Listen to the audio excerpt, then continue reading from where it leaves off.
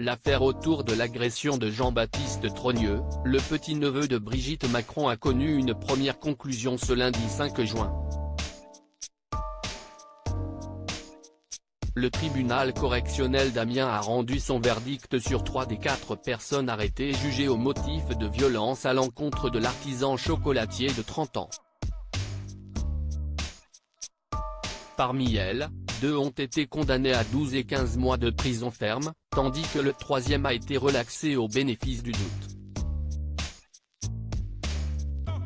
Dans le cadre de leur défense, les agresseurs ont justifié leurs gestes, survenus peu après la prise de parole d'Emmanuel Macron le 15 mai dernier après l'adoption de la réforme des retraites, par une volonté de participer à une manifestation sauvage qui, sous l'effet de meute, a dégénéré. Jean-Baptiste Trogneux, qui a refusé à la suite de cette agression une garde rapprochée, a alors souhaité défendre son commerce pris pour cible avec des poubelles, et est descendu de son domicile, situé juste au-dessus de sa boutique, pour défendre son bien, avant d'être victime d'un lynchage. Face au juge, l'un des agresseurs, Yohann L., assure avoir agi en représailles. Au moment où j'ai mis les poubelles, Jean-Baptiste Trogneux, je ne l'ai pas vu arriver, il m'a bousculé. Au moment où je voulais riposter, j'ai loupé mon coup. Une personne m'a porté et m'a éloigné du groupe. Voilà, a raconté l'accusé, qui ne semble aucunement regretter son geste.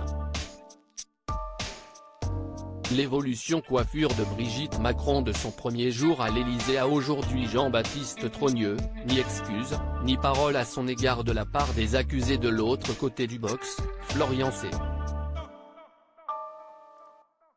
Accusé également, reconnaît avoir lui aussi participé au mouvement, mais plus en tant que suiveur qu'en tant que leader. Quand on a mis les poubelles, Jean-Baptiste Trogneux, note de la rédaction.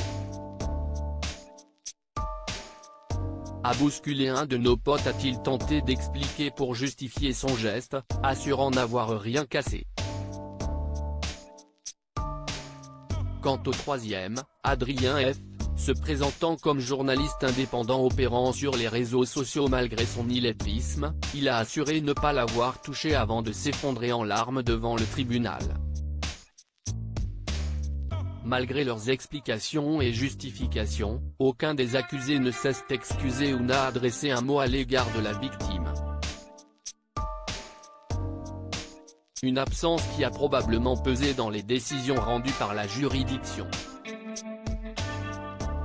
Enfin, la 4e personne accusée, une adolescente de 16 ans, sera elle aussi prochainement jugée par un juge des enfants.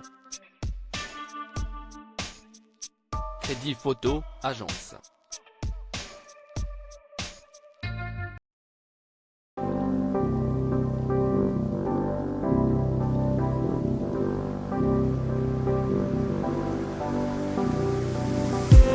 I just need